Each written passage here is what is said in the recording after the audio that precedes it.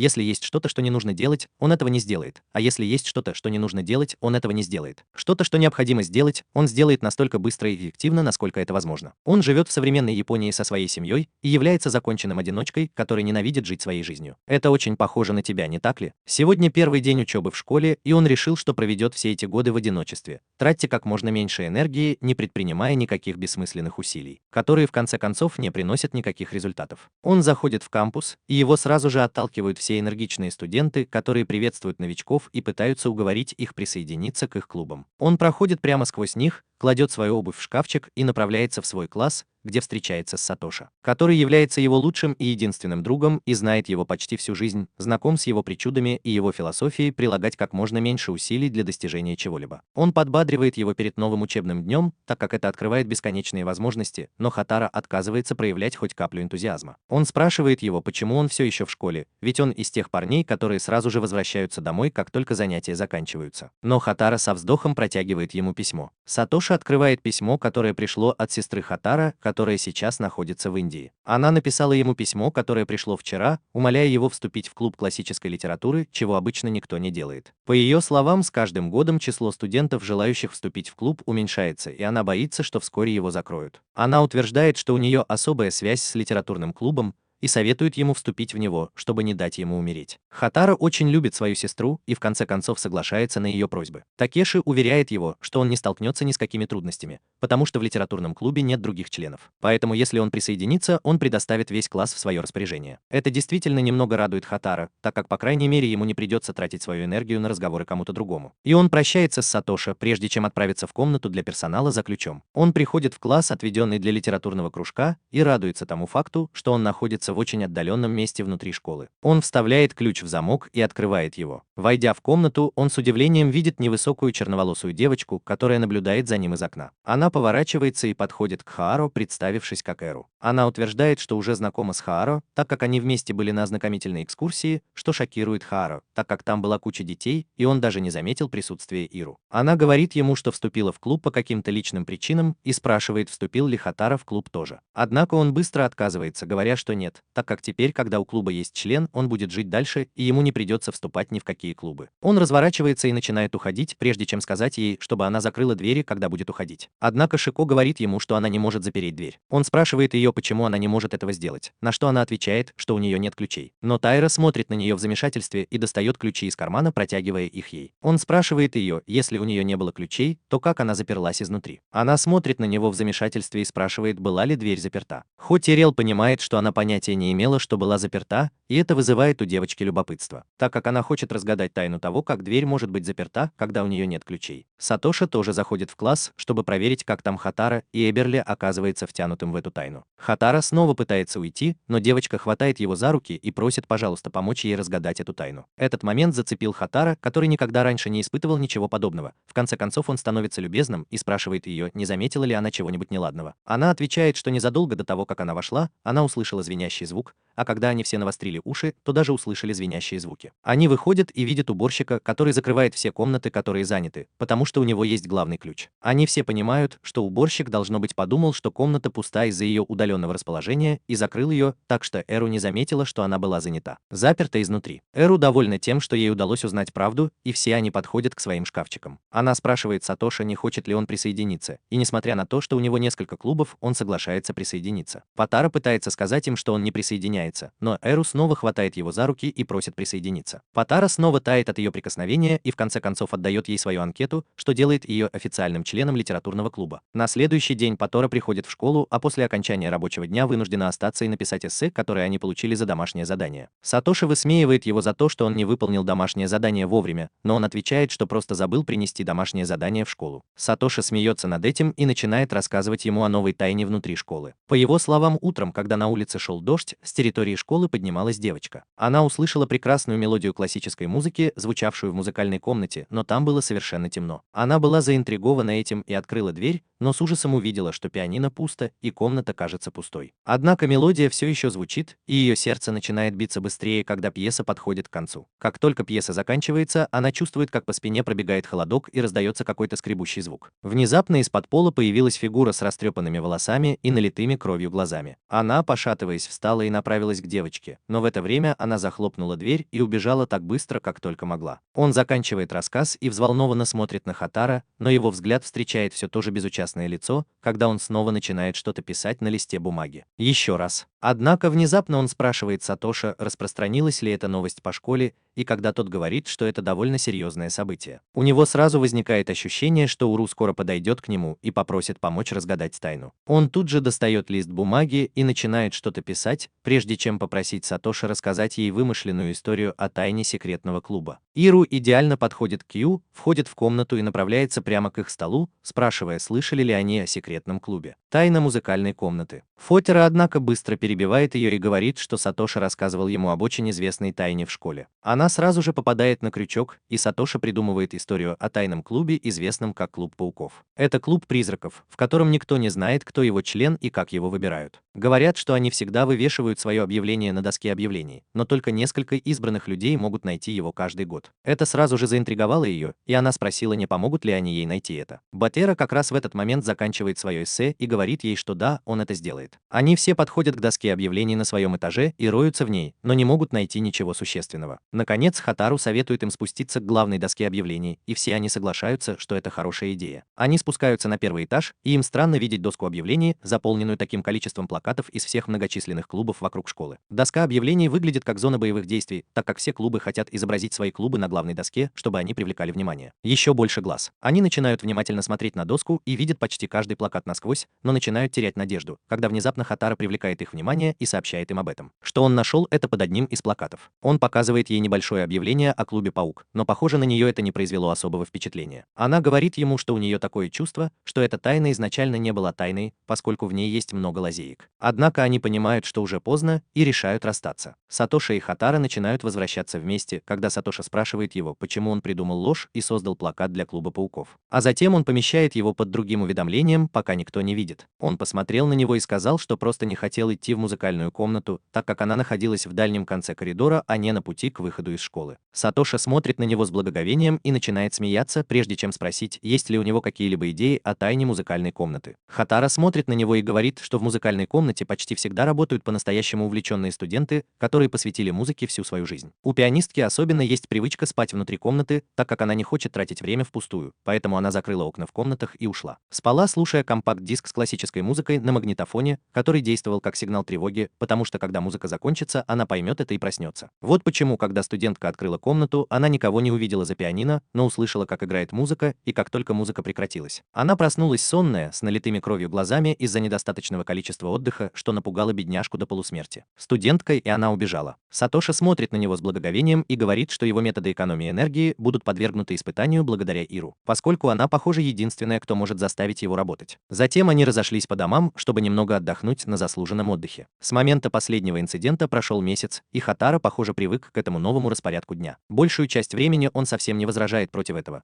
потому что ему нужно только ненадолго зайти туда после занятий, посидеть и почитать книгу, которую он на самом деле не любит. В любом случае, не возражай. Ему больше всего нравится, когда Иру не разговаривает с ним, а просто читает свою книгу. Но у нее появилась милая привычка предлагать ему немного своих домашних сладостей каждый раз, когда он садится читать. В один прекрасный день, когда я читал книгу в нерабочее время и наслаждался чаем, Иру внезапно встал и сказал, что клуб должен быть не таким. Хатара смотрит на нее и говорит, чтобы она села и не тратила энергию на бесполезные вещи. Она, однако, жалуется на то, что в их клубе однообразно, и они никогда ничего не делают ради удовольствия. Хатарва смотрит на нее и говорит, что их клуб должен быть литературным, а не каким-то спортивным, где им нужно заниматься чем-то другим. Она, однако, непреклонна и говорит ему, что им следует начать готовиться к предстоящему школьному фестивалю. Ватару говорит ей, что он вообще не заинтересован в том, чтобы что-то делать для школьного фестиваля. Эру говорит ему, что она и слышать не хочет о том, чтобы ничего не делать для школьного фестиваля. Он смотрит на нее измученным взглядом и говорит, что они также откроют несколько тупых киосков, как и в любом другом клубе, но она ему отказывает. Она говорит ему, что у литературного клуба очень богатая история, и каждый год люди из клуба создают антологию для фестиваля, и они должны делать то же самое. Хатара наотрез отказывается иметь к этому какое-либо отношение и говорит ей, что не хочет тратить столько энергии на что-либо и предпочел бы заняться чем-то, что не требует больших усилий. Она продолжает приставать к нему, вплоть до того, что спрашивает, не думает ли Хакара, что создание антологии было бы менее трудоемким делом, чем иметь дело с ней, которая каждый день донимает его вопросами о создании антологии, так что он соглашается на ее требования. Он спрашивает ее, есть ли у нее какие-либо идеи о том, как должна быть создана эта вещь, на что она отвечает, что не знает. Он спрашивает ее, как она это сделает, если она понятия не имеет, как должна быть написана антология, но она отвечает, что они просто найдут предыдущую книгу. Сделайте копии за год, а потом научитесь их писать. Хатора снова расстроен из-за работы, которую она заставляет его выполнять, но он ничего не может сказать из-за того, какой преданной она кажется. Поэтому они оба начинают искать по всей комнате экземпляры прошлогодних антологий. Они не могут найти антологии в комнате, поэтому Хатора садится на свой стол, но она говорит ему, что они еще не закончили, и тащит его в библиотеку, так как она уверена, что в библиотеке наверняка найдутся экземпляры. В библиотеке они видят за прилавком коротко стриженную девушку по имени Эбара, которая кажется знакома с Хатаро и корчит рожу, когда он заходит внутрь. Она говорит ему, что если он замышляет что-то нехорошее, то ему здесь не рады,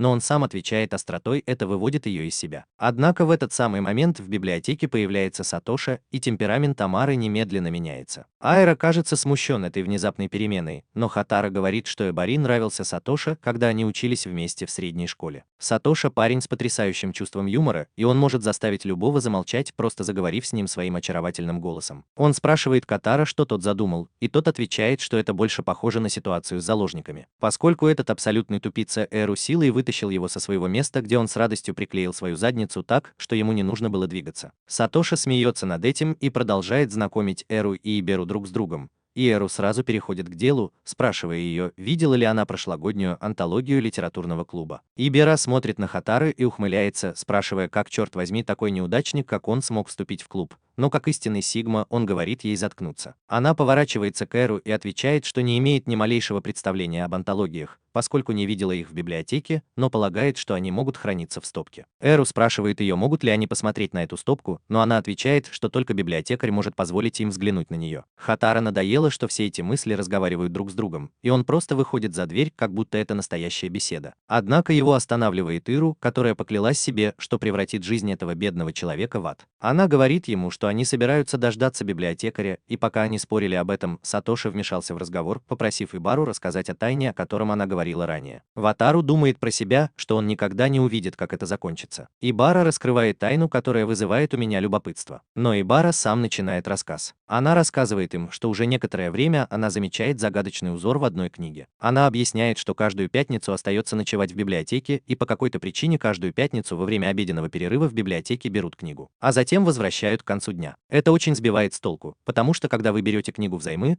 вы можете подержать ее у себя неделю, прежде чем вернуть в библиотеку. Но по какой-то причине человек, который ее берет, всегда возвращает ее в тот же день. Иру взволнованно спрашивает ее, можно ли ей взглянуть на книгу, и Ибара достает для нее книгу, которая представляет собой действительно красивую книгу об истории школы в твердом переплете и кожаном переплете. Ирма сказала, что книга выглядит красиво, и все с этим согласились. Хатара тем временем пытается игнорировать все это и решает продолжать читать свою книгу, так как он просто хочет получить антологии и вернуться домой. Тёру, однако, не собирается позволять парню проводить свободное время и продолжает держать книгу перед его глазами, в то время как Хатара смотрит на нее так, словно хочет дать ей пощечину. Он посмотрел на это и сказал, что, возможно, в этом нет ничего особенного, и что некоторые студенты не захотят смотреть на это в свободное время. Ибара, однако, посоветовал ему взглянуть на людей, которые берут книгу на прокат. Оказывается, что каждый раз книгу берет другой человек. Это вызывает недоумение, потому что почему разные люди берут одну и ту же книгу каждую неделю и следуют одной и той же схеме. Берут ее во время обеденного перерыва и возвращают к концу дня. Это действительно очень интригующе, и даже Хатара кажется очень смущен. Он, однако, не хочет тратить энергию на подобные вещи и пытается выкрутиться, но Иру постоянно пристает к нему, кладя перед ним книгу. Ибара наконец-то велел им успокоиться и не шуметь в библиотеке, и они немедленно заткнулись. Он с надеждой смотрит на Эру, думая, что она отступит, но она не отступает и кажется действительно упряма, заставляя его помочь ей раскрыть это дело. Хатару в конце концов уступает, понимая, что он не сможет избавиться от нее и что это было бы ошибкой. Неэффективное использование энергии. Ее глаза загораются, когда она приходит в настоящий восторг от этого. Он садится и, наконец, начинает ломать над этим голову, и он говорит им, что эта книга определенно не используется в литературных целях, поскольку никто не смог бы прочитать такую большую книгу по истории за это время. Он утверждает, что книга используется в скрытых целях, и спрашивает всех, есть ли у них какие-нибудь блестящие идеи. Ибара говорит, что книги, если их правильно сложить, можно использовать в качестве подушек. Сатоша утверждает, что если прикрепить эту книгу к руке, то ее можно использовать как щит. Хатара смотрит на них с презрением, но большой мозг Эру говорит им перестать шутить, так как так очевидно, что книги будут использоваться не для этого. Хатара поворачивается к ней в предвкушении, надеясь на хорошую идею, но, увы, этого парня окружает куча людей, у которых есть коллективный коэффициент интеллекта кирпичной стены. Она отвечает, что лучше всего использовать такую книгу, как эта, в качестве консерванта для маринадов, а Хатара так хватает и говорит им заткнуться, чтобы он мог подумать. Он напряженно думает, но не может найти никаких подсказок относительно того, для чего эта книга может быть использована, если не для чтения. Он начинает складывать некоторые подсказки воедино, первая из которых заключается в том, что все, кто брал книгу, были девочками, и все они принадлежали ко второму классу. Он предполагает, что это может быть сигналом «да» или «нет». Например, если книгу держать вертикально, это означает «да»,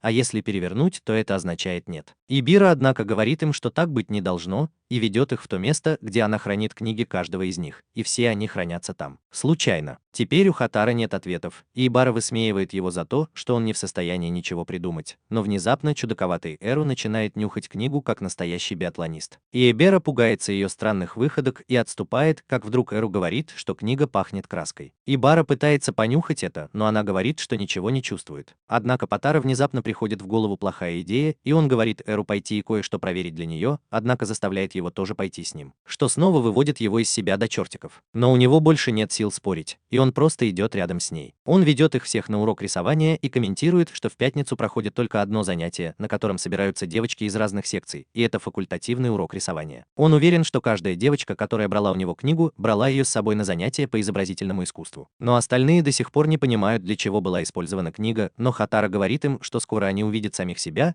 и заходят в комнату рисования. Как только они заходят в класс, они с удивлением видят, что почти все картины, которые сейчас пишутся, уже написаны. На них изображена девушка с книгой. В отеле объясняют, что у книги красивая винтажная обложка в кожаном переплете, и этот цвет идеально подходит для создания художественного произведения. И поскольку никто из студентов не хочет носить с собой такую огромную книгу, они предпочитают просто брать ее взаймы каждую пятницу и возвращать в тот же день. Тот самый день. И Эбара и Уру очень впечатлены невероятным ростом Хатара и, вероятно, хотят, чтобы у него были их дети. Когда они возвращаются обратно в библиотеку, они все начинают болтать, в то время как Хатара наблюдает со стороны, думая, что это не то, чем он планировал заниматься в старших классах. Он здесь не для того, чтобы заводить друзей и предаваться воспоминаниям. Он просто хочет выполнить как можно меньше работы и поэтому собирается уходить, но Эру снова хватает его и говорит, что им все еще нужно дождаться библиотекаря, так как им нужна антология. Наконец приходит библиотекарь, и Сатоши представляет себя и остальных, спрашивая, видела ли она антологию, созданную литературным клубом. Но она отвечает, что старых выпусков, к сожалению, нет в стопках, и им придется найти ее где-нибудь в другом месте. Услышав это, Уру становится грустно, но Сатоши, такой же жизнерадостный, как всегда, говорит ей, что они скоро найдут это, и на целый день они все вернутся к себе домой. На следующий день ранним утром Хатару звонят, и он должен проснуться в воскресенье. Звонивший оказывается Эру, и он спрашивает ее, что, черт возьми, было такого срочного, что это не могло подождать до следующего дня. Но Эру просто извиняется и говорит ему, что она хочет встретиться с ним сегодня. Хатару пытается избежать этого, но она начинает умолять его, и он не может сказать ей ни слова. Ближе к вечеру Хатару заходит в кафе и ждет Эру, потягивая кофе, так как она опаздывает. Наконец она появляется в красивом платье и садится рядом с ним, лениво взбивая сливки в его чашке. Хатара смотрит на нее и спрашивает, о чем она хочет поговорить, а она начинает пытаться обойти эту тему, что его раздражает. И он просто встает и говорит ей, что уйдет, если она не заговорит в ближайшее время, но она быстро останавливает его и говорит, что она нервничает. Он спрашивает ее, из-за чего она нервничает, что заставляет ее застенчиво посмотреть на него, и она отвечает, что хочет кое в чем признаться. Хатара так удивляется, что в его голове становится пусто, и он просто молчит и слушает ее. Его сердце громко бьется, думая, что это любовь-исповедь. Эру продолжал ходить вокруг да около, пока наконец она не выпалила, что ей нужна его помощь, чтобы разгадать ее тайну. Патара непонимающе смотрит на нее, пока до него медленно доходит правда о том, что он был эпически разыгран богом. И она просто хочет, чтобы она помогла ему разгадать еще одну тайну. Она рассказывает ему, что у нее был дядя по имени Сики, который учился в их школе 45 лет назад, и даже он был президентом клуба классической литературы. 7 лет назад ее дядя отправился в путешествие в Индию, но затем все контакты с ним прекратились, так как он считался пропавшим без вести. Было проведено несколько расследований, но никаких следов его так и не было найдено. Она рассказала ему, что они с дядей были очень близки, когда она была маленькой, и он всегда проводил с ней время. Вау, это жутко. Тем не менее, у нее остались очень теплые воспоминания о нем, потому что он был хорошим человеком,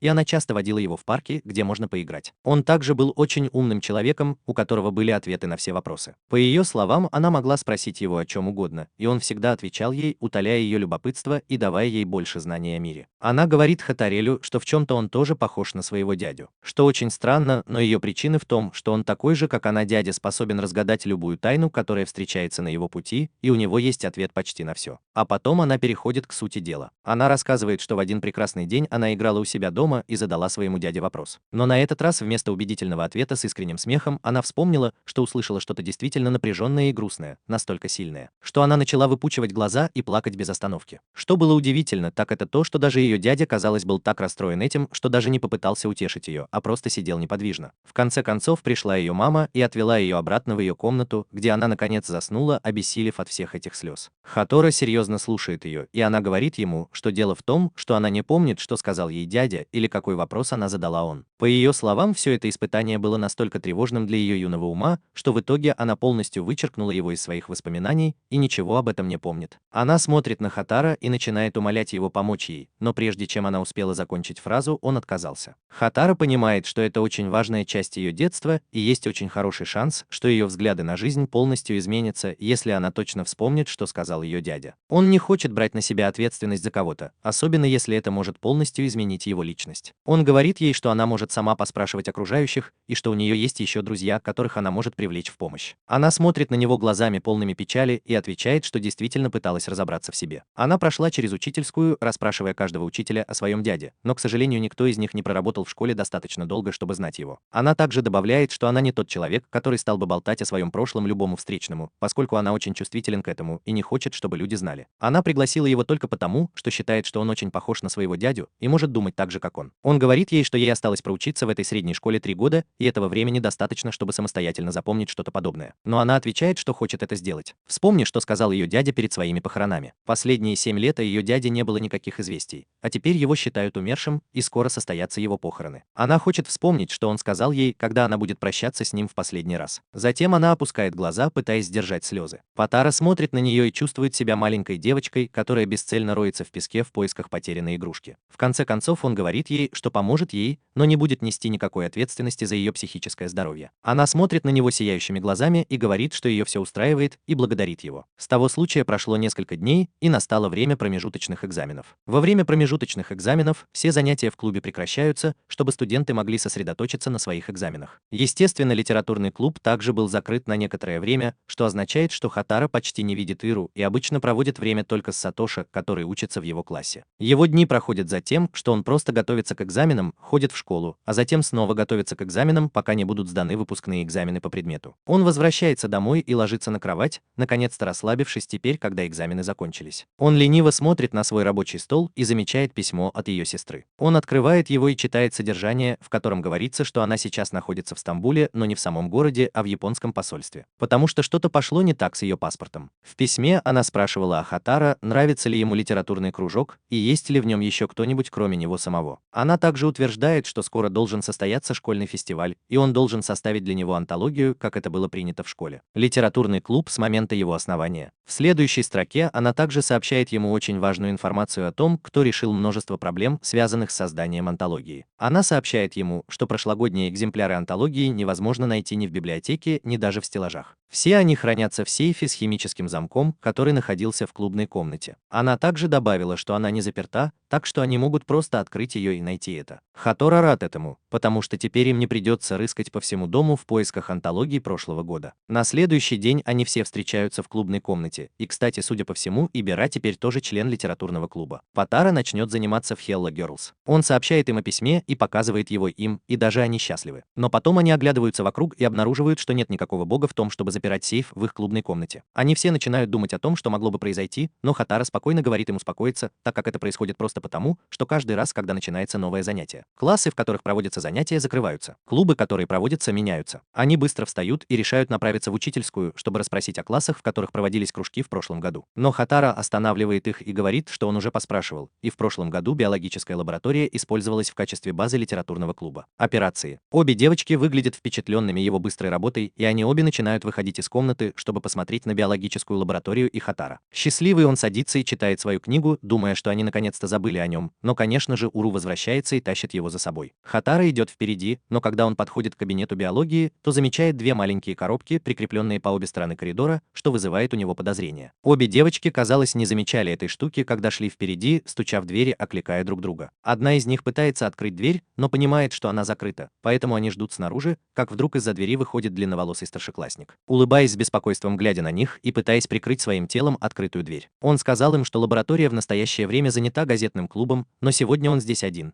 потому что никто из других членов клуба не пришел. Хатару замечает, что от его тела исходит очень сильный запах освежителя воздуха, когда он спрашивает девочек, почему они здесь. Эру отвечает, что она президент литературного клуба и хотела забрать из комнаты запирающийся сейф, в котором хранятся их антологии. Старшеклассник, кажется, подпрыгивает при упоминании о шкафчике и говорит им, что он не видел никакого такого шкафчика в комнате. Они говорят ему, что он должен быть где-то внутри, так как в прошлом году эту комнату занимал литературный кружок, но старшеклассник снова твердо говорит им, что шкафчика внутри нет. И в этот момент Хотара решает, что им следует уйти, и прощается со старшеклассником, начиная двигаться назад. Но Ибара и Эру настаивают, прося старшеклассника заглянуть внутрь, так как в противном случае им придется обыскать всю школу в поисках старых вещей. Как только Тара услышит о том, что ей придется обыскивать всю школу в поисках книг, она вернется. Потому что ни за что на свете не согласится пережить столько неприятностей и потратить столько энергии, поэтому она остается. Эбара подходит к старшекласснику и говорит ему, что с технической точки зрения это все еще классная комната, и им разрешается заглянуть внутрь, если они захотят. Старшеклассник некоторое время думает, а затем лукаво говорит им, что они могут заглянуть внутрь, но они должны это сделать. Сделай это быстро и ничего не разбирай, пока он работает. Он открывает дверь, и все они валиваются в комнату. Первое, что замечает Хатара, это то, что стол завален бумагами, а на столе также стоит радиоприемник. Окно было открыто, и вентилятор тоже дул в сторону окна. Старшеклассник выглядит очень неуютно, в то время как остальные осматривают окрестности. Наконец, Иру возвращается и говорит, что она не смогла найти сейф, и что, возможно, его здесь нет, что, кажется, приносит некоторое облегчение старшекласснику. Но Хатару останавливает ее и спрашивает старшего, переставляли ли они что-нибудь из вещей куда-нибудь, на что он отвечает, что они действительно переставляли кучу картонных коробок туда-сюда. Хатара быстро говорит ему, что им придется обыскать всю комнату, потому что там такой беспорядок, что они даже не знают, где что может быть спрятано. Старший сразу же становится очень взволнованным и говорит ему, что у него не хватает времени на все это дерьмо, но Хатара сразу же говорит ему, что у него нет времени на все это дерьмо. Он сказал, что ему не придется ничего делать, но он начал потеть и сказал ему, что не хочет, чтобы кто-то портил его вещи, так как он действительно занят. Хатара говорит ему, что они вернут все на свои места, но старшеклассник приходит в еще большее возбуждение и, тяжело дыша, велит ему заткнуться и убираться из его клубной комнаты. Девочки, кажется, немного напуганы, но Хатару стоит там с вызывающим видом и говорит ему, что если он так хочет, то он уйдет и попросит кого-нибудь из сотрудников обыскать всю комнату сверху донизу в поисках их книг. Это до смерти пугает старшеклассника, и он тут же начинает потеть и трястись от гнева и страха. Он смотрит прямо в глаза старшекласснику и говорит ему, что ему нужно выполнить поручение в библиотеке, и он скоро вернется. Он говорит старшекласснику, что его больше ничего не интересует, кроме антологий, и если он найдет их, пока его не будет, ему следует уйти. Они были на уроке литературы у Клоуда. Старший, кажется, кипит от ярости, но он сдерживает свой гнев и говорит ему, что если он найдет это, то даст им знать. Он выходит на улицу, берет с собой девочек и просит их немного подождать вместе с ним возле библиотеки. Через некоторое время они возвращаются в свою клубную комнату и, к своему удивлению, обнаруживают, что последние выпуски антологии уже аккуратно сложены на их столе. Абра и Эру начинают просматривать тома один за другим, когда Абра смотрит на Хатары и спрашивает его, как он узнал, что старший у меня были книги. Он отводит ее в угол и говорит, что то, что он собирается ей рассказать, должно храниться в секрете. Затем он говорит ей, что заметил инфракрасные датчики в коридоре, которые установил старшеклассник, и сразу же что-то заподозрил. Когда он открыл дверь, он пытался что-то скрыть, так как на нем был очень сильный одеколон, который только что был нанесен. Более того, если заглянуть внутрь, то можно увидеть, что у него были открыты окна и работал вентилятор, который был направлен в сторону окна, хотя там было много людей. Лежащие бумаги, которые очень легко могут вылететь наружу из-за вентилятора. Так зачем же ему это делать? Внезапно в баре меня осенило, и она сказала сигареты. Хатару кивает и говорит, что старшеклассник курил в комнате. И у него есть радиоустройство, которое предупреждает его, как только кто-то пересекает коридор и приближается к его комнате. Он из очень престижной семьи, поэтому если бы его застукали курящим на территории школы, это было бы очень серьезным нарушением правил. И он не может рисковать, навлекая позор на имя своей семьи. Паво утверждает, что старший, должно быть, хранил сигареты и зажигалку внутри самого сейфа и спрятал их так, чтобы никто не смог их найти. И именно поэтому он не хотел показывать им местонахождение кейса. Ибара смотрит на него с благоговением, так как она никогда бы не подумала, что он настолько проницателен, но их разговор прерывает парень с накачанным ризом, Сатоша, который входит в комнату одетый как грёбаный подсолнух. Ибера сообщает ему о старых проблемах, которые они обнаружили, и показывает их, в то время как Хатара переключает свое внимание на Эру, который очень серьезно рассматривает одну из проблем. Она посмотрела на него, отвела в сторону и показала ему выпуск, который назывался Хука. Она сказала ему, что именно об этом она спрашивала его дядю, и именно тогда он сказал что-то такое, что заставило ее заплакать. Она передала ему выпуск, сказав, что в нем пару раз упоминается имя ее дяди. Она рассказывает ему, что 45 лет назад в литературном клубе что-то произошло, и Хатара начинает читать то, что было написано в номере. В нем говорилось, что прошел год с тех пор, как Сики покинул старшую школу, не только как герой, но и как легенда и истинное вдохновение для них всех, поскольку он пожертвовал собой. Все делается для общего блага, и это навсегда останется в истории школы. Она хватается за голову и говорит, что она так близка к пониманию того, что он сказал, но это просто не приходит ей в голову. Хатара смотрит на номер выпуска этой антологии, и оказывается, что это второй выпуск.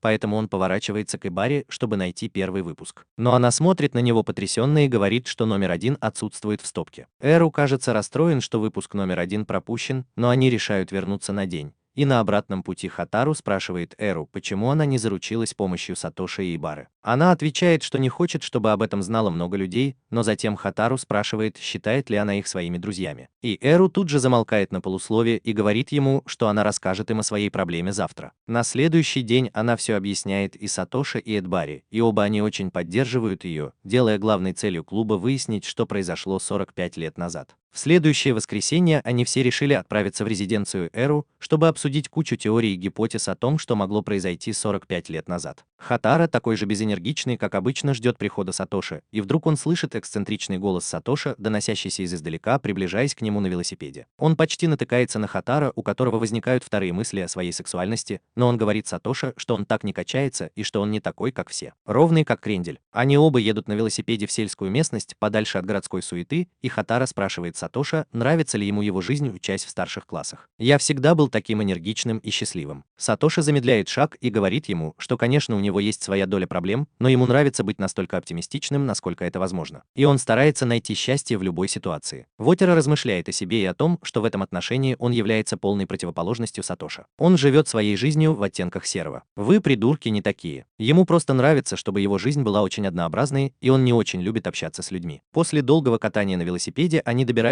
до резиденции Иру, которая, мягко говоря, огромна. Этот дом достаточно велик, чтобы вместить мою неуверенность, но недостаточно велик, чтобы вместить мою любовь к вам, прекрасным идиоткам, которые подписаны на канал. Они входят в дом, надеясь, что симпатичная горничная проведет их внутрь, но вместо этого они находят Эру, который проводит их внутрь. Они проходят через кучу рун, которые кажутся очень древними и сохранившимися во времени. Они доходят до руны, где Ибара уже сидит на земле у стола. На полу изображена банда. Они все садятся рядом со столом, и, наконец, Эру официально начинает собрание. Она говорит, что все они будут излагать свои теории одну за другой, в то время как остальные решают, кажется ли это вероятным или нет. Эру начинает 1 числа. Она сделала кучу заметок и раздает по одному листку всем присутствующим. Она начинает говорить, и ее теория заключается в том, что 45 лет назад, когда проходил фестиваль, кучка панков, должно быть, проникла на фестиваль. Начала приставать к студентам и даже начала брать деньги с прилавков, где проходил фестиваль. Студенты, должно быть, подготовились. Затем Сики, президент литературного клуба, выступил против несправедливости и заручился поддержкой студентов, и с их помощью он в конечном итоге вытеснил панков. Пока продолжалась вся эта суматоха, он, должно быть, ударил одного из панков, что было замечено одним из студентов. Учитель, и из-за того, что он был жестоким, его выгнали из школы. Она заканчивает и с нетерпением ждет мнения своих друзей, которые все говорят ей, что, по их мнению, это маловероятно. На это есть две основные причины. Во-первых, панк-культура получила известность 40 лет назад, в то время как событие, о котором мы говорим, датируется 45 годами. Во-вторых, школа строго запретила любые ларьки, где за предоставление каких-либо услуг берут деньги, поскольку это делает учеников очень ориентированными на деньги. Вместо того, чтобы заниматься искусством, они начинают придумывать схемы зарабатывания денег. Так что, если нет киосков, в которых есть деньги, как они проникнут на фестиваль, чтобы силой получить деньги? Эру садится обратно и говорит, что их доводы имеют смысл. Король Резов Сатоши плюхается на коврик и спрашивает, можно ли им посидеть снаружи, потому что у него затекают ноги, а погода слишком прекрасная, чтобы сидеть в помещении. Уру говорит им, что они могут посидеть на веранде, с которой открывается вид на пруд, и Ибара с Сатоши охотно соглашаются. Они меняются местами, и следующий участник, Ибара, начинает говорить. Она выдвигает теорию о том, что 45 лет назад школа в целом, должно быть, боролась против правительства, поскольку оно пыталось получить контроль над школами, чтобы навязать пропаганду молодым умам учащихся, чтобы они могли создать лояльный банк голосов. Однако все это должно быть провалилось, когда школа, включая учителей и учеников, объединилась и начала противодействовать их пропаганде, что должно быть привело к массовым забастовкам и протестам. Несмотря на все это, Сики должно быть является истинным лидером этих протестов, и если он привлек внимание правительства, то они должно быть воспользовались своей властью, чтобы исключить его из школы. Хатара и Сатоши оба признают теорию, которую она выдвинула, но также утверждают, что в ней есть некоторые несоответствия. Однако перед этим Сатоши заявил, что он действительно голоден. Поэтому Эру велит им пройти на кухню и обсудить теорию, пока она готовит им онигири. Сатоши явно слишком доволен аджири, приготовленным вручную Эру, что выводит Ибару из себя. Они все усаживаются за стол, а Эру начинает готовить красавчик и нигерус, которые они все с удовольствием едят. У нее отличный вкус, но Эбейра все равно лучшая девочка. Сатоши объясняет, что его теория почти такая же, но не совсем. Он объясняет свою теорию, раздавая кучу страниц, на которых есть газетные статьи и тому подобное. Он утверждает, что 45 лет назад борьба за власть не велась между правительством и учебными заведениями, поскольку правительство на самом деле управляло мирным режимом в процветающие времена. Основная борьба за власть в то время велась между студентами и преподавателями. Они, должно быть, подталкивали студентов больше концентрироваться на учебе, одновременно пытаясь сократить дни проведения фестиваля, что должно быть привело к борьбе за власть между студентами и преподавателями, в которой Сики должен был участвовать. Ударил преподавателя, что привело к его отчислению из колледжа. Он показал вырезки из газет о протестах. Но Хатару утверждает, что этого не может быть, так как протесты произошли в июне, а Сики выгнали из школы в октябре. Между сейчас и тогда большой промежуток времени, поэтому его нельзя выгнать в связи с протестами. Йен Сатоши садится и заявляет, что у него нет других блестящих идей. Теперь все смотрят на Хатара, который внезапно начинает осознавать, что на самом деле не написал ничего нового, поскольку все, что он записал, уже обсуждалось другими. Все они начинают давить на него, чтобы он высказался, что его раздражает, и он встает, спрашивая, как пройти в туалет. Иру объясняет ему дорогу, и он уходит. По дороге он замечает комнату, которая оказывается комнатой Иру. Он заглядывает внутрь и видит, что она усердно работает над созданием всех этих теорий, что заставляет его чувствовать себя виноватым из-за недостатка усилий. Он заходит в туалет. Помимо этого, он также начинает прилагать серьезные усилия и ломать голову, пытаясь придумать какую-нибудь теорию, которая могла бы разрешить эту загадку. Наконец-то, после пары минут паса, он приходит к какой-то теории и выходит из туалета. Он садится и говорит им, что, возможно, на что-то наткнулся, и все они жадно слушают. Он рассказывает, что в этой загадке есть множество движущихся частей. Во-первых, мы знаем, что инцидент произошел в июне, но потом он заболел и ушел из школы в октябре, так что между ними еще несколько месяцев. Во-вторых, инцидент произошел внутри средней школы, и мы также знаем, что там были две группировки, работающие друг против друга. Из ежемесячного информационного бюллетеня мы получаем информацию о том, что соперничающими группировками были ученики и учителя. И по его словам, это произошло потому, что учителя похищали, отнимая у студентов право принимать решения и отказывая им в том, чего они действительно хотели. А теперь, если хорошенько подумать, есть очень немного вещей, которых все ученики могли бы коллективно желать в своей старшей школе, и это школьный фестиваль, который дает ученикам возможность самовыражаться и проявлять творческий подход, беря ситуацию под контроль и создавая что-то новое каждый год. Это должно быть и было предметом спора. Мы также знаем, что раньше праздники длились 5 дней, но сейчас они длятся всего 3 дня, а это значит, что в то время произошло что-то, что привело к этому. Его теория заключается в том, что учителя хотели сократить продолжительность фестиваля, но ученики не были готовы сдвинуться с места. Они организовали кучу протестов, и должно быть было много общего недовольства, но в конце концов они пришли к соглашению с учителями. И были вынуждены смогли организовать фестиваль так, как они хотели. Сики, должно быть, был одним из инициаторов этих событий, что привело к тому, что он большую часть времени находился в центре внимания и был замечен учителями. Чтобы предотвратить любое другое восстание в будущем, преподавательский состав, должно быть, решил избавиться от него, но они не могли выгнать его сразу, потому что другие ученики считали его героем, и если бы они его выгнали, то могло бы возникнуть много споров. Из-за его отстранения возникли дополнительные проблемы. Так что они решили выиграть время и подождать пару месяцев, пока все уляжется, и как только все уладилось, они в конечном итоге выгнали его по несвязанным с этим причинам. Он, должно быть, ушел как герой, и именно поэтому в выпуске номер 2 его назвали легендой, когда он ушел. Он, наконец, замолчал и посмотрел на всех остальных, которые были поражены его выводами. Иру грустно улыбнулась и опустила глаза, сказав, что теперь она наконец-то знает, что случилось с ее дядей. И Эбара, и Сатоши также заявили, что у них нет возражений против этой истории, поскольку она кажется пуленепробиваемой. Беру, однако, по-прежнему, казалось, была не очень довольна результатом и спросила, что если он покинул школу с гордостью как легенда, то почему она плакала, когда он рассказал ей об этом, когда она была маленькой. У Хатара, однако, не было ответов ответов на этот вопрос, и Иру быстро покачала головой и поблагодарила его за помощь, так как тайна наконец была раскрыта. Они собираются уходить, и Эру отдает Хатара свой зонтик, так как уже начался дождь. Абсолютный король Рис, очевидно, всегда готов к этому, и захватил с собой свой собственный дождевик, и после того, как они сказали, что купили, они оба покидают ее дом. Возвращаясь к своим домам, Сатоши начинает говорить о том, что спустя очень долгое время Хатара, кажется, вкладывается во что-то так, как на самом деле вкладывает деньги. Активные усилия в этом направлении. Хатара не отвечает на это, но затем Сатоши спрашивает: «Это потому, что тебе нравится Эру?» Он смотрит на него и говорит, что ничего подобного нет, и он просто устал от серой жизни и хочет начать жить немного ярче. Он говорит Сатоши, что когда он смотрит на них троих, то чувствует беспокойство и ему тоже хочется что-нибудь сделать. Может быть, он просто завидует их радужной жизни по сравнению с его серыми жизнями. Сатоши не знает, что сказать, и они спокойно садятся обратно на свои велосипеды и начинают крутить педали. Он возвращается домой и погружен в глубокие размышления о сегодняшних разговорах. Он вспоминает то время, когда впервые увидел Эру и провел с ней время, понимая, что в те времена мир больше не был для него прекрасным, и все вокруг него наполнилось красками. Было тепло и приятно. Он задается вопросом, такая же ли жизнь у Сики, но прежде чем он успевает хорошенько подумать, ему звонят по телефону, и он спешит снять трубку. Звонит ее сестра, которая сообщает ему, что сейчас она переехала в новую страну, и ей очень хорошо живется. Здесь очень весело. Она рассказывает ему о своих злоключениях до сих пор, а затем спрашивает, что с ним случилось. Хатара отвечает, что он активно работал над созданием антологии, а затем говорит ей, что читал Хуку. Это имя сразу привлекает ее внимание, и она говорит, что Хюка была одной из ее любимых,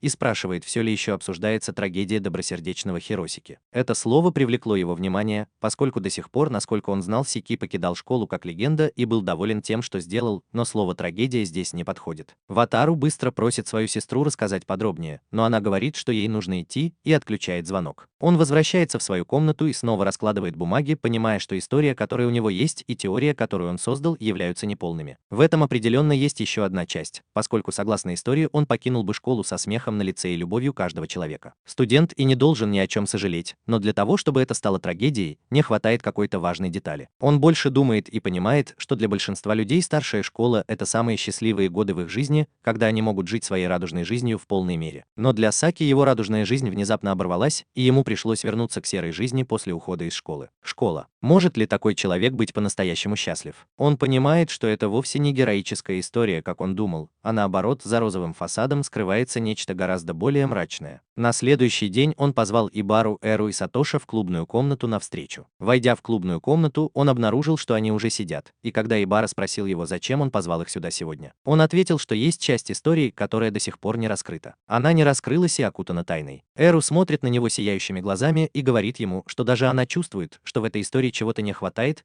и Хактара говорит ей не волноваться, так как сегодня они смогут заполнить пробелы и, наконец, узнать всю историю целиком. Ибара спрашивает о пробелах, о которых он говорит, и Сатоши спрашивает его, не ошибочна ли его теория. Хатару отвечает, что он не считает свою историю неправильной, но определенно есть некоторые нюансы, которые толкают ее в неверном направлении. Он утверждает, что им следует подробнее изучить нападающего Хюки, который использует слово «жертва». Он утверждает, что слово «жертва» может быть использовано как с гордостью, так и с грустью, и они должны выяснить, что здесь подразумевается под жертвоприношением. Сатоши смотрит на него и говорит, что было бы невозможно просто понять, в каком смысле здесь было написано это слово. И если они хотят знать наверняка, им придется найти автора оригинала. Хатара смотрит на него и говорит, что именно это они и собираются сделать. Сатоши смотрит на него с удивлением и спрашивает, знает ли он, кто автор. Он говорит им, что провел небольшое исследование и выяснил имя автора. Он протягивает Эбаре лист бумаги и спрашивает, не напоминает ли ей это имя о чем-нибудь. Ее глаза расширяются, когда она смотрит на него и говорит, что автором книги Хука является никто иной, как библиотекарь. Сатоши спрашивает, уверен ли он, что это именно библиотекарь, поскольку у многих людей может быть одно и то же имя, но он отвечает, что подсчитал. И ее возраст совпадает с временной шкалой, и когда он поспрашивал окружающих, то выяснил, что ей было 45 лет, и она также состояла в клубе классической литературы. Затем он говорит им, чтобы они поторопились, так как он договорился о встрече с ней после ее выступления, и она скоро должна подняться. Они все быстро собирают свои вещи, выходят из комнаты и направляются в библиотеку. Они все заходят в библиотеку, чтобы найти нужную библиотеку, но при этом продолжают расставлять книги по местам. Она улыбается им и говорит, что у нее еще осталось немного работы, и что было бы неплохо, если бы они поговорили с ней, пока она работает. Эбера быстро подходит к ней и начинает помогать с книгами, в то время как Хатара поднимает форвард Хюки и спрашивает, спрашивает ее, не она ли написала это. Она смотрит на это и отвечает, что она действительно та, кто это написала, а затем говорит, что она верит, что они все такие. Я здесь, чтобы спросить о том, что произошло 45 лет назад. Она спрашивает их об их интересе к событиям, произошедшим полвека назад, и почему они хотели бы знать о таком мрачном времени. Они отвечают, что Сики был ее дядей, и она хочет знать, что с ним случилось много лет назад. Она спрашивает Эру, все ли в порядке с Сики, на что та отвечает, что он пропал без вести в Индии, и от него не было никаких вестей с тех пор, как прошло 7 лет. Они все смотрят на нее и просят рассказать подробнее о событиях, произошедших 45 лет назад, и сказать, верна ли теория Хаттара. Она смотрит на них и спрашивает, о какой теории они говорят, на что они отвечают, что он создал гипотезу о том, что могло произойти, приведшую к его исключению. Она заинтересовалась и предложила им всем встретиться у нее в кабинете. Как только она успокоится, она возьмет записи, сделанные Хутыра, и внимательно прочитает их. Она удивленным тоном спрашивает его, создал ли он всю эту теорию только на основе антологии, и говорит ему, что у него такое чувство, будто он был там, когда все это происходило. Это почти идеально. Фатара, однако, говорит ей, что, по его мнению, какая-то часть теории неполна, и он хотел бы знать, приняла ли Сики решение об исключении от имени всех учеников. И сделала ли школа это добровольно, или за всем этим кроется что-то еще. Она печально опускает глаза и говорит ему, что он прав, и что часть истории пропущена. Она вспоминает тот случай, когда она была намного моложе и только недавно поступила в старшую школу. В те времена школьные фестивали были очень популярны, и весь город был переполнен учениками, которые хотели посетить или принять участие в любом из них. Раньше атмосфера была наэлектризованной, и школьный фестиваль был по сути одним из самых важных событий для любого ученика в ту эпоху. Однако, по ее словам, в тот год, когда она поступила в старшую школу, школьный фестиваль зашел слишком далеко. И произошли некоторые столкновения, разногласия между учениками привели к тому, что директор школы обрушил на учеников настоящую бомбу. И решил, что школьный фестиваль должен быть сокращен с 5 до 2 дней с введением множества ограничений для учеников. Вся школа взбудоражилась, начались митинги и вывешивание баннеров. В итоге это переросло в целое движение, где ученики пытались силой проложить себе дорогу в школу и навязать свою волю директору. Этому движению нужно было лицо, за которое люди могли бы сплотиться, но было гарантировано, что лидер движения получит строгий выговор, как только все это закончится. Фактически человек, возглавлявший движение, в конечном итоге скрыл свою личность, что более или менее вынудило Сики взять на себя ответственность за движение и взять вину на себя. По ее словам, Сики был тихим человеком, который ненавидел любые конфликты, поэтому на самом деле он не был способен дать отпор. Протест становился все масштабнее и масштабнее, вплоть до того, что учительский совет был вынужден восстановить 5-дневный фестиваль, вместо того, чтобы сделать его днем вопросов тяжелое испытание. В ту ночь ученики сожгли свои баннеры и плакаты в огромном костре на территории школы, чтобы отпраздновать это событие, но это стало еще хуже. Пожар быстро вышел из-под контроля, и одно из старых школьных зданий было сожжено дотла. Пожарным потребовалась вся ночь, чтобы потушить пожар. На следующий день учителям нужен был кто-то, кто мог бы стать примером для подражания, а что может быть лучше, чем лицо движения. В итоге они исключили Сики из школы, и ни один ученик не встал на его защиту. Все молчали и позволили принести Сики в жертву как ягненка. В этом не было ничего героического. Все они наблюдали, как на их глазах приносили в жертву одного из их товарищей, в то время как он звал на помощь,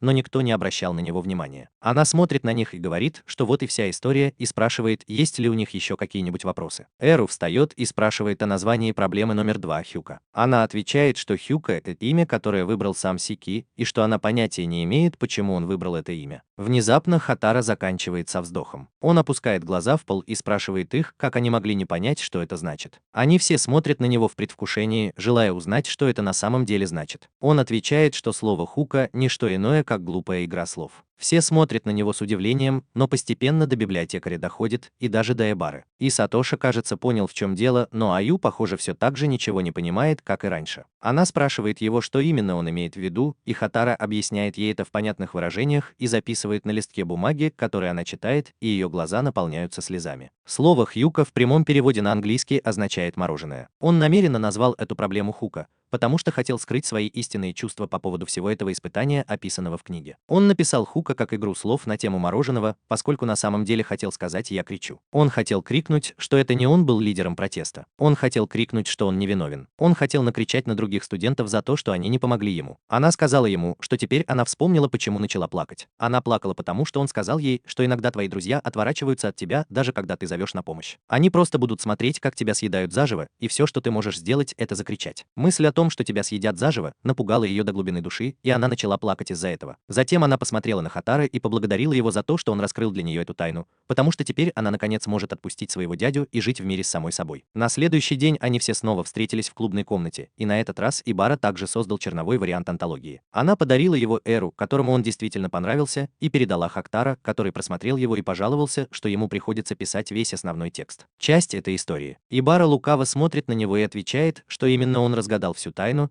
так что для него вполне нормально написать основную часть истории, а также свой трофей. Эру, как беспризорница, которой она и является, говорит Хатара, что если он не хочет это записывать, она может сделать это за него. И очевидно, он ухватывается за эту возможность, но ее останавливает Ибара, который говорит ей, что напишет это сам. Хатара смотрит на нее с раздражением, но в конце концов уступает, когда она говорит ему, чтобы он немедленно начал работать над набросками истории, так как у них не так много времени, и он говорит ей, что так и сделает. Позже в тот же день Атара и Эру решили вернуться домой вместе, и по дороге она сказала ему, что была удивлена, когда он согласился написать статью для антологии. Обращаясь к Ват, он отвечает, что не соглашался писать. Его просто заставили писать другие, и он не смог выкрутиться. И он подумал, что посвятит это Сики как дань уважения ему и трагедии, которая с ним произошла. Он вдруг посмотрел на нее и спросил, почему она согласилась принять помощь Сатоши Ибары, после того, как она была категорически против того, чтобы раскрывать свою предысторию другим людям. Она опустила глаза в землю и ответила, что рассказала им о своем прошлом только потому, что не хотела забывать, что это имело значение для нее. Она объясняет, что ее мать сказала ей, что скоро, через пару лет, все эти вещи будут казаться ей незначительными. И она будет смеяться над тем фактом, что когда-то считала слова своего дяди, которые заставили ее заплакать, такими важными. Это заставило ее задуматься о своей жизни и о том, не следует ли ей просто отказаться от всего этого испытания, поскольку для нее это не имеет никакого значения. Позже, после разговора с Хатарой, она поняла, что хотела запомнить это время, каким бы незначительным оно ни было, она все равно хотела запомнить его со всей силой. Ее сердце навсегда останется в ее сердце. Наконец-то начались летние каникулы, и Уру наконец-то смог убедить Хатара поехать с ними на горячие источники, чтобы провести приятный освежающий отпуск. Они все сели в автобус и поехали прочь от шумной городской жизни в сторону спокойной и безмятежной сельской местности. Ватаро, одинокого неудачника, очевидно начало укачивать в машине, потому что он не привык выходить на улицу. После того, как они высадились на автобусной остановке, он выглядит очень больным. Эбара говорит ему, чтобы он держался, так как в этом районе у нее есть двоюродные братья. И у них есть гостиница, в которой они любезно разрешают им остановиться из-за каких-то ремонтных работ, и они не могут принимать гостей. Они все ждут фургон, который в конце концов подъезжает, и садятся внутрь. К тому времени, как они добираются до гостиницы, Хатара едва может выйти из фургона. Она представляет им двух своих младших кузин, Раи старшую и Кайо младшую. Они обмениваются приветствиями и ведут их в свои комнаты, чтобы они могли немного освежиться. Сатоши такой же оживленный, как всегда, и показывает Хатара вид снаружи, и действительно даже Хатара говорит, что вид невероятно красивый. Однако, прежде чем они успевают провести больше времени в комнате, Ибара зовет их на ужин, и они спускаются вниз. Они вместе ужинают, а после этого он возвращается в свою комнату, но обнаруживает, что Сатоши пропал. Он понимает, что Сатоши, должно быть, отправился на горячие источники, и решает просто поваляться в комнате и посмотреть телевизор. Однако через некоторое время ему становится скучно, и он решает, что даже он собирается повеселиться на горячих источниках, так как именно по этой причине он приехал сюда в первое место. Он хватает свои полотенца и выходит из своей комнаты, где встречается с Эру. Он спрашивает ее, куда она направляется, и она также отвечает, что хочет искупаться в горячих источниках. Они начинают гулять вместе, и она замечает, что Эбара, кажется, действительно счастлива здесь, и она ушла поиграть со своими сестрами, вот почему ее здесь нет. Иду с ней, чтобы принять ванну. Они заходят в ее отдельные купальни, где Хатара наконец опускается в воду, чтобы расслабиться, и встречается с Сатоши. Они немного поболтали без дела, но внезапно у Хатара начинает кружиться голова,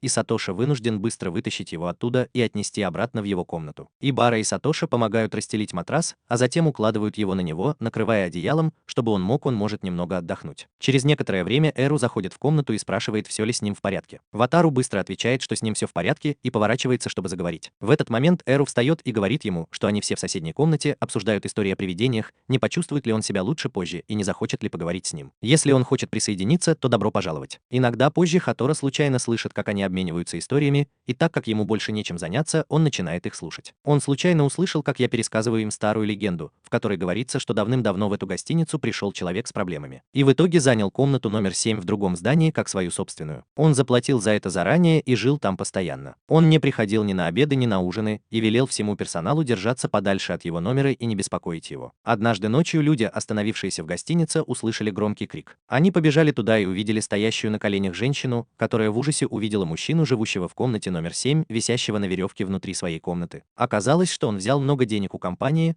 а когда его бизнес потерпел крах и у него не было возможности вернуть их, он решил покончить с собой. Ри продолжает, что с тех пор, как произошел этот инцидент, каждый, кто остается в той комнате, видит силуэт мертвого человека, свисающий с потолка, а однажды мужчина, который там находился, внезапно заболел и умер на месте. Когда ситуация вышла из-под контроля, был вызван старейшина их семьи, который вызвал экзорциста и закончил тем, что провел ритуалы, чтобы злой дух вознесся на небеса. И прямо перед ним было построено новое здание. Теперь туда никто не ходит, и это здание осталось заброшенным. Хатора встает и смотрит в окно на комнату, в которой умер мужчина, и решает закрыть окна, потому что его знобит. Однако внезапно он замечает маленькую тень, бегущую за пределами гостиницы, но не придает этому особого значения и снова засыпает. На следующий день он просыпается и видит самое прекрасное зрелище, какое только можно вообразить, но он не ценит истинную красоту, поэтому просто освежается и идет гулять. Спустился вниз, чтобы позавтракать, но был потрясен, увидев, что Ибара прилип к Эру с испуганным видом. Вальтера спрашивает, что случилось, на что она отвечает, что прошлой ночью после полуночи она проснулась из-за порыва ветра, и когда она повернулась, чтобы закрыть окно, то увидела силуэт мужчины, свисающий с потолка в комнате номер 7. Они все садятся завтракать и снова подшучивают над Ибарой, говоря, что ей должно быть все это померещилось, так как они все говорили о страшных историях. Но она отвечает, что совершенно уверена, что видела это собственными глазами. Майя, похоже, чувствует себя очень неуютно в этой ситуации и говорит Раю, что их отец велел ей никому не рассказывать эту историю. Однако она не обращает на это никакого внимания. Эру придвигается к Хатаре и спрашивает его, что он думает об этой ситуации. Хатара отвечает, что по его мнению Ибара должно быть все выдумал, но затем Эру признается, что она не могла себе этого представить, потому что даже она видела силуэт, свисающий с потолка. Атара смотрит на нее в замешательстве, и она рассказывает ему, что когда Ибара испугалась того, что она увидела, она разбудила ее. И когда она посмотрела в окно, даже она увидела это. На Хантара это все еще не произвело впечатления, и он утверждает, что даже она, должно быть, приняла это за что-то другое. Это приводит Ибару в ярость, и она просит его рассказать ей, что она видела в том окне, если это не был силуэт висящего человека. Очевидно, что это вызывает у Иру сильное любопытство, и в конце концов она заставляет его помочь ей разобраться в этом деле. Они оба возвращаются в комнату Хатара, где он задает ей несколько вопросов о том, что она видела. Они решают пойти и заглянуть в комнату номер 7 и просят Майю отвезти их туда. Как только она слышит, что они хотят пройти в комнату номер 7, ей становится очень неловко, и она говорит им, что не может отвезти их туда, прежде чем убежать. Затем они спускаются вниз под окном, и Хатара понимает, что прошлой ночью должно быть шел дождь, но прежде чем они успевают это выяснить, они убегают. Далее Майя появляется сзади и говорит им, что настало время обеда. Они возвращаются в столовую и обедают, а когда заканчивают, она появляется снова, одетая в кимоно, которое ей, кажется, очень нравится. Сукоши отводит его в сторону и говорит, что Майе, похоже, действительно нравится кимоно, но Рэй не позволяет ей его примерить. Хатара отвечает, что ему на самом деле все это безразлично, как вдруг он чувствует, что кто-то смотрит на него сзади. Он немедленно оборачивается, но никого не видит у двери. Похоже, он понятия не имеет, что могло произойти, поэтому решает отправиться к горячим источникам вместе с Иру. Оказавшись в воде, он снова встречается с Сатоши, который небрежно рассказывает ему, что вчера барабаны стучали до поздней ночи и что он был удивлен, этот Хатара проспал все это. Хатара тут же оглядывается по сторонам и спрашивает, был ли вчера день летнего фестиваля в этом районе, и он отвечает «да». Наконец-то он, кажется, собрал все кусочки воедино. Он возвращается вместе с Эру и объясняет ей, что то, что она видела вчера, было не повешенным мертвецом, а тем, что было вчера. Силуэт сохнущего кимоно. Она, кажется, удивлена, но он уточняет, что поскольку Ри не разрешает Майе прикасаться к ее вещам, Майя взяла свое кимоно, не спросив Рай, и ушла. Вчера вечером я был на фестивале. Тень, которую он видел прошлой ночью, это она выбегала из гостиницы. Однако оказалось, что ей не очень повезло, и начался дождь, вынудивший ее вернуться. Теперь, когда кимоно полностью промокло, она была обеспокоена, так как Майя должна была уехать рано утром следующего дня. Поэтому она зашла в комнату номер 7, зная, что туда никто не заходит, и повесила кимоно сушиться. Именно это увидели Эру и Ибара и испугались. Теперь все встало на свои места, и снова Эру был удивлен дедуктивными способностями Хатора. Она сказала, что очень жаль, что Майе пришлось сделать это только для того, чтобы надеть кимоно, но она видит, как они издалека помогают друг другу. Она бежит к ним навстречу на закате, счастливая, что они по крайней мере помогают друг другу, как это делают все братья и сестры. В то время как Хатара ходит медленно, страшась загадок, которые может преподнести ему будущее.